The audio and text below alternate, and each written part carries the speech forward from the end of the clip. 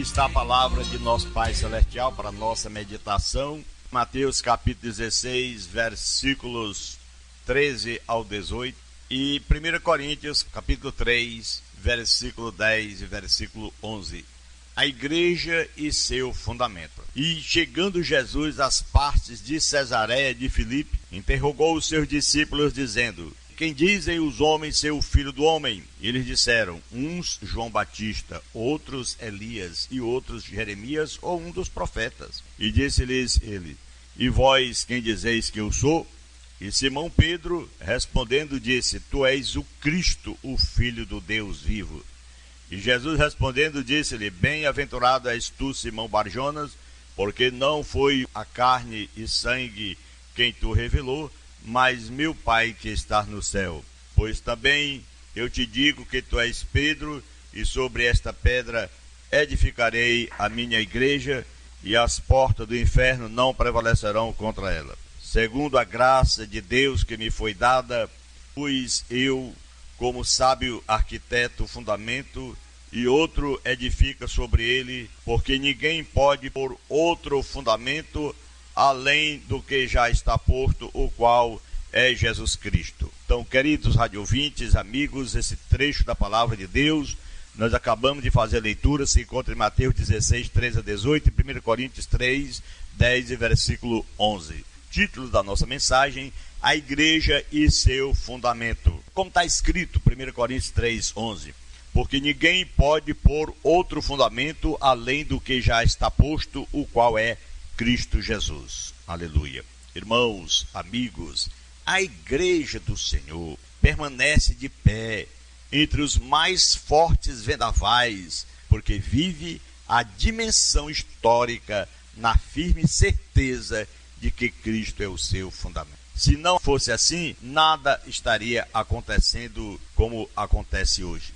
A igreja marcha numa caminhada firme à pátria celestial, sabendo que Paulo mesmo disse que a nossa cidade não é esta de Esperantina ou outra onde você mora, mas a nossa cidade está no céu, de onde esperamos o nosso Senhor e Salvador Jesus Cristo. Que a nossa cidade, o nosso fundamento está nas alturas, os céus de glória, onde Jesus disse: Não se turbe o vosso coração, crei Deus e crei em mim, na casa de meu Pai há muitas moradas. Vou vos preparar lugar, e quando eu preparar, voltarei outra vez, e vos levarei para mim mesmo, para que onde eu estiver, estejais vós também. Aleluia. Então, tudo isso aí nós encontramos, são palavras, promessas, que faz com que nós tenhamos esse fundamento específico em nossas vidas, uma coisa que é primordial para todo aquele que aceita Cristo. Ou seja, nós estamos a fazer esse momento de reflexão, trazendo uma linguagem figurativa da Bíblia, que retrata a igreja como uma obra em edificação, um trabalho que cresce. Esses ricos simbolismos apontam para a necessidade de um fundamento, sem o qual nenhuma construção é capaz de ser erguida em condições de manter-se em pé ou suportar a ação do tempo em suas estruturas. Por isso que vem o vendaval, vem os problemas que nós enfrentamos, mas nós continuamos de pé. Louvado seja o santo nome de nosso Pai Celestial. Uma pergunta questionadora. O propósito da pergunta: como núcleo da igreja incipiente, os discípulos foram preparados por Cristo para serem as colunas de sustentação apostólica do cristianismo. Eles teriam a responsabilidade ímpar de iniciar a construção deste grande edifício. A igreja chegará o momento supremo em que se descortinará para a história este projeto concebido na mente de Deus. Aleluia! Com este propósito, o mestre inicia uma reflexão e lhe faz a pergunta questionadora: quem dizem os homens ser o filho do homem? Versículo 13. Aleluia. À primeira vista, numa leitura menos teológica, tem-se impressão de que o Senhor está em processo de autoafirmação, buscando, por isso, o reconhecimento da opinião pública. No entanto, à medida em que se aprofunda o diálogo, verifica-se de que foi apenas o ponto de partida para chegar ao cerne da questão, o fundamento da igreja nascente. A reação da opinião pública.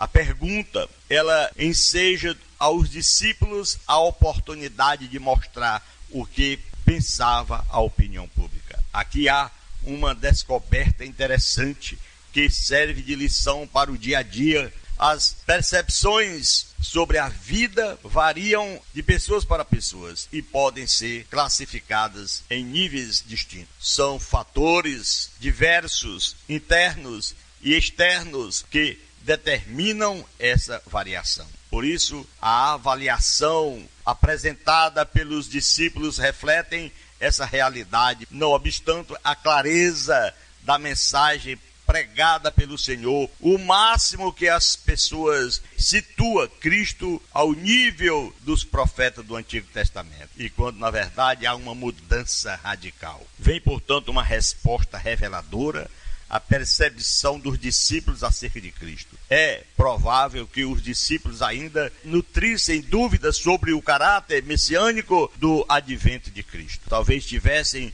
uma percepção parecida com a da opinião pública. Neste ponto crucial, o Senhor, ele restringe o campo de sua pesquisa e lhe faz a pergunta decisiva e diz: e vós quem dizeis que eu sou? Da resposta dependeria as pessoas seguintes. O que se percebe no texto? Num aparente momento em que surgiu a dúvida entre eles, e aí vem a resposta, é a reação do grupo. A percepção extrema, já cristalizada, não favorece uma posição clara. Esta ênfase é proposital, porque atualmente, em diversos casos, a percepção quanto à posição da igreja em Cristo é conduzida pelos que pensam e dizem a respeito e não pelo que a Bíblia revela.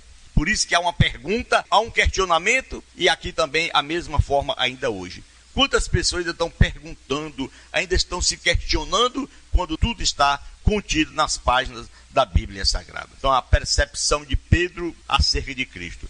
Todavia, ao exato momento em que os discípulos se encontram aparentemente perplexos diante da pergunta, uma pergunta inquiridora, entra em cena a revelação sobrenatural. Pedro, tomando a palavra e tomado pelo Espírito Santo, torna-se a porta-voz do grupo e declara: tu és o Cristo, o Filho do Deus vivo, aleluia. Aqui está, meu irmão, o reconhecimento implícito de Jesus Cristo, pedra de toque do nosso Deus, sentido teológico que dá vida à igreja. Então, o Cristo da história, que viveu lá na dimensão humana, como enviado do Pai, aleluia, ele incorporava em si mesmo toda a plenitude da divindade. Nos diz a palavra, este é o sentido da revelação dada por Deus a Pedro, tirar esta doutrina da centralidade da pregação é deixar a igreja anômala e sem consciência bíblica. Por isso nós temos que ter o raciocínio, a consciência de que Cristo, ele é o centro, o tema central da Bíblia Sagrada, a palavra do Senhor. Uma das declarações conclusivas que tem a base de declaração, chega-se agora ao ponto de tensão sobre quem é o fundamento da igreja inicialmente. O Senhor declara a origem da revelação. Não foi fruto da percepção humana equivocada, carne e sangue, mas resultado da ação direta de Deus mediante o Espírito Santo no coração de Pedro. Em segundo lugar, através de um recurso que estabelece de forma precisa que o fundamento da igreja está na confissão do apóstolo, no versículo 18. Cristo cita duas palavras da mesma raiz, mas com significado diferente, que expressam a dimensão exata da revelação.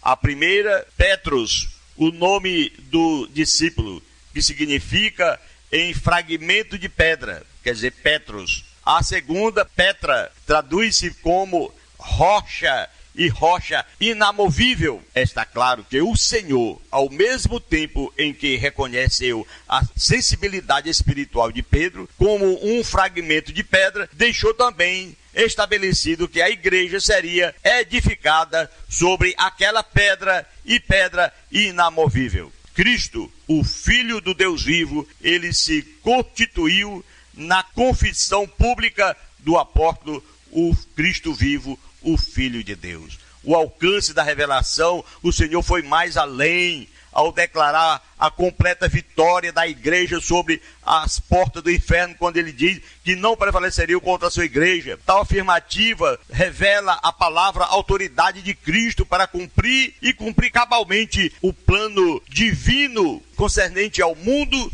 segundo a palavra de Deus. Por outro lado, fosse Pedro o fundamento ou qualquer outro aos discípulos, a igreja não teria resistido às formas desses vendavais, os fortes vendavais que sopram sobre ela ao longo da história, e nem suportaria os ventos que hoje tentam devastá-la e ainda derrotá-la.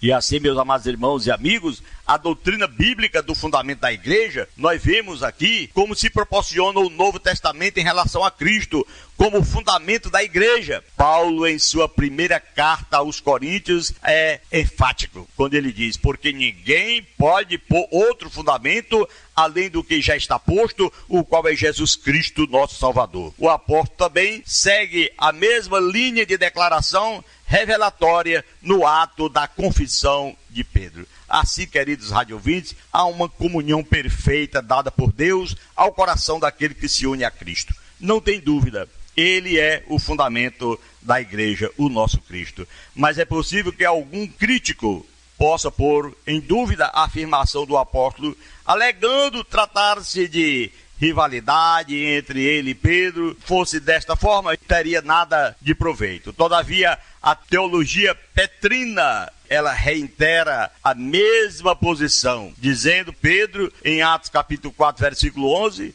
e ainda 1 Pedro capítulo 2, versículos 6 e 7. Pedro, sem qualquer pretensão, apresenta Cristo como a pedra principal de esquina. Aleluia.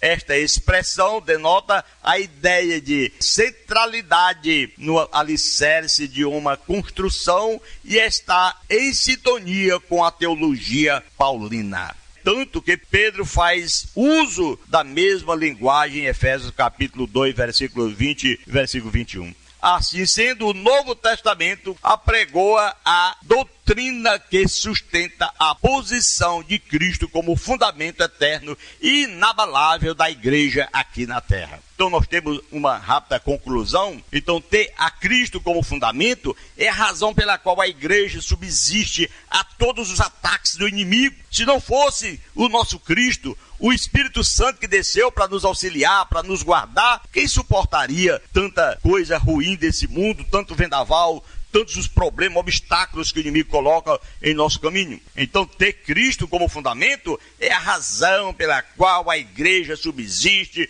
todos os ataques do inimigo, desde o período apostólico até os dias atuais. É também a garantia de que ela continuará triunfando contra todas as forças diabólicas, glória a Deus, que ajustam suas estratégias às circunstâncias de hoje para tentar desviá-la do propósito de Deus. Nada poderá jamais detê-la, nada poderá destruir a igreja do Senhor. É uma igreja viva, pura, inabalável, é uma noiva preparada para a qualquer momento ir ao encontro do seu noivo, que a qualquer momento está chegando até a altura das nuvens para levar a sua igreja, a qual ele comprou e ele pagou por um preço muito caro. Por isso estamos fundamentados na igreja. O fundamento é Cristo, a palavra verdadeira, o evangelho, as cartas dos apóstolos, e assim vamos levando a palavra de Deus a todos aqueles que nos ouvem. É assim que vamos vivendo e esperando a qualquer momento culminar na bênção total de nosso Deus, onde Jesus vai descer até a altura da nuvem e vamos subir ao encontro do Senhor. Vamos orar em o nome de Jesus.